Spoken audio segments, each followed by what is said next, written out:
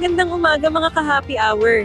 Narito ang mga balita para sa MBC TV Network News Update 9 AM edition. Pagpapatupad ng Unified PWD-ID System target sa katapusan ng 2025.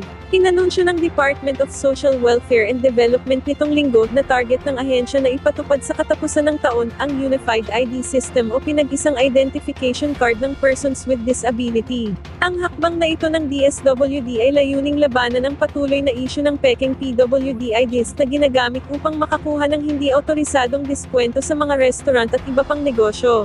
Kamakailang lang binatikos ng Restaurant Owners of the Philippines ang malawakang pang-aabuso sa pekeng PWD-IDs na nagdudulot ng matinding pressure sa mga establishmento. Kamakailan lang din ang isinagawa ng ang mga otoridad ang isang raid sa isang maliit na operasyon sa Maynila kung saan umano ay ipinapagawa ang mga pekeng PWD-IDs na ipinagkakalob ng mga lokal na pamahalaan mula sa Quezon City, Maynila, Pasig, Muntinlupa, at hanggat sa Bulacan.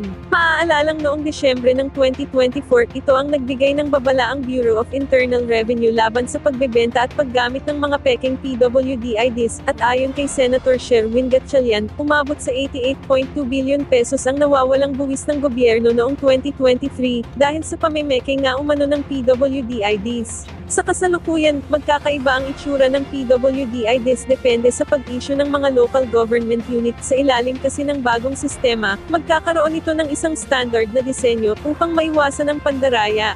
Ibinahagi ni DSWD Assistant Secretary Irene Dumlao na ang Unified PWD-ID System ay sasailalim sa pilot implementation stage na nagsimula noong Enero hanggang Hunyo ng taong 2025, at ang DSWD ay kasalukuyang nagpa-finalize ng mga terms of reference ng naturang unified system. Upang matiyak ang seguridad ng mga datos ng PWDs, nakikipagtulungan ng DSWD sa National Privacy Commission. Ang ahensya ay nakikipag-ugnayan din sa Department of Information and Communications Technology at Philippine Statistics Authority upang tiyakin ang maayos na pagpapatupad ng bagong sistema. Ang bagong PWD-IDs ay magkakaroon ng mga security features tulad ng Radio Frequency Identification Technology. Bukod pa rito, magkakaroon ng web portal na magpapahintulot sa mga establishmento na i-verify ang pagiging lehitimo ng PWD-ID ng isang tao. Sa ilalim ng Republic Act No. 10754, ang mga PWDs ay may karapatang makapag-avail ng 20% na diskwento at VAT exemption sa mga partikular na produkto at serbisyo. Samantala, Senator De La Rosa nagsorry na kay Representative Sendanya. Humingi na ng pagpapatawad si Senator Ronald De La Rosa kay Akbayan Party List Representative Percival Sendanya. Ito ay matapos na batikusin ng senator sa pamamagitan ng panggagaya sa pagmumukha ng mambabatas na isang stroke survivor. Sinabi nito na marami ang nagalit sa kanya sa mga nasabi at naging aksyon niya kay Sendanya. Labis ito nang nagsisi at humingi ng kapatawaran kay Sendanya kung saan binati niya ito ng malakas na kalusugan. Tinanggap naman ni Sendanya ang paghingi ng kapatawaran ni Senator De La Rosa, at sinabing dapat ay gawin rin ito sa mga stroke survivors na nasaktan sa kanyang sinabi.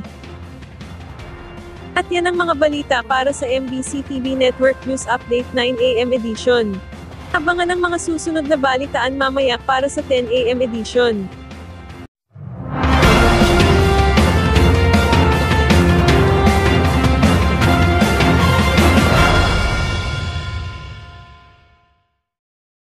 Mga ka-happy hour, kung gusto mong manood ang mga balita sa MBC TV Network News Update, mag-subscribe sa aming YouTube channel, i-like ang aming Facebook page, at i-follow sa aming TikTok account.